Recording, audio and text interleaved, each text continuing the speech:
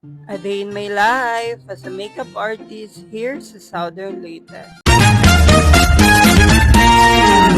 Hi mga Vab! Another makeup racket for today. So karong adlaw lahi na po na itong racket kay natay tulo ka client para sa among Barangay Day celebration diri sa Biasong. O ang event kay Little Miss Biasong 2026. Pero ang nakapakulban sa akong adlaw karon mga Vab kay dili lang makeup akong buhaton. Ako pod ang mag-picture mga Vab. So basically karong adlaw murag ako ang whole production team. But gladly mga Vab na sila para mag-hair sa akong mga client. And before ta mo adto sa ilang final look, ipakita sa nako ninyo kung sa ka busy ang usa ka makeup artist. So mao na ni mga Vab nakaabot na ta sa Barangay Hall sa Biaso. Kay diri mi mag-celebrate sa among Barangay Day at the same time diri pod ang venue para sa Little Miss Biasong. Actually, short ra kayo ni among biyahe karon kay duol-duol naman lagi pod ni. Mao nang wala na ko ka video sa among travel clip. And pag-abot na ako diri wala na jud tay panahon para maglingkod-lingkod kay kinahanglan na dayon mag-set up. Kay kung tuloy mo client kinahanglan gyud nga organize ka daan. Kay once magsugod na ang first client, sunod-sunod na gyud na sila. Mga akong gihunahunaan daan asa na ko ibutang akong makeup station. At the same time asa ang maayo nga lighting. At the same time asa pod pwede himuon ang pictorial later mga Vab.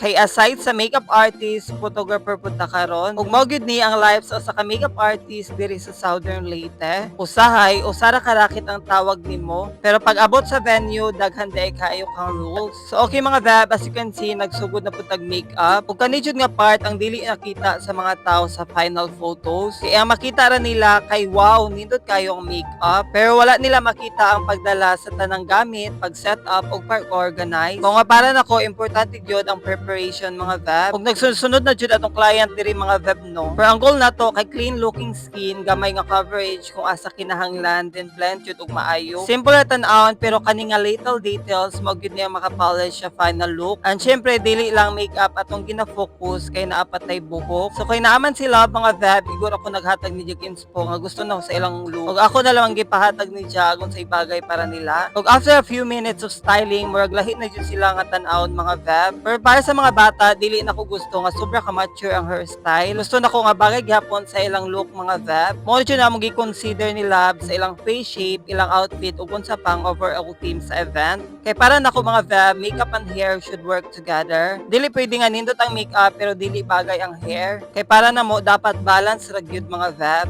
By the way, mao na ni ako ikatulong nga gi-makeupan. And by this time medyo kapoy na gyud tagamay. Pero laban gihapon kay naapatay client nga paabuton. And kani nga part mao gyud ni ang pinaka-busy. Kay while nga makeup ko akong huna-huna kaysa pictorial mga Vab. Kay syempre mga Vab, dapat maapas na tong oras. Mo nang usay kinahanglan jud na to mahimong multitasker. But honestly, bisan kapoy na mga Vab, malingaw gihapon ko. Kay every client nga ako mahuman work achievement pud para nako. Labi na jud makita nimo ilang reaction after sa makeup. Kana makita silang kaugalingon mga Vab din mo smile. Ug tanggal jud ka kapoy mga Vab no. Kay of course dili lang kay naka-makeup ko pero nakahatag ko extra confidence sa ako mga client mga Vab. Okay, so after sa makeup and hair mga Vab, photographer mode na punta. Wag yun niyang challenge kay ikaw ang makeup artist at photographer at the same time. Kaya after blending na eyeshadow, ikaw na po yung mag-adjust sa camera sa ilang lighting. Pero giganahan po ko mga beb no, kay mismo makita dyan ako overall look sa akong gi-makeup. Makikita ko nga asa ang nindot nga angle ug unsay nice nga pose. At the same time, ug unsaon na pagkuha ang ilang best version sa akong client. So dili ra gyud makeup akong ginahatag mga beb. Kay gusto po na ako nga after silang makeup na sila nindot nga mga photos nga ilang makip as a memory. Ug wala na jud ko ka video sa pictorial mga Vab. Kay busy na kayo ko mga Vab no. So wala na jud ko extra kamot para mag-video sa akong kaugalingon. May na lang mga Vab no kay nay nakakuha na ho og video. So gipasend na naman na ho yung footage mga Vab mo nang naapil na ho diri sa vlog.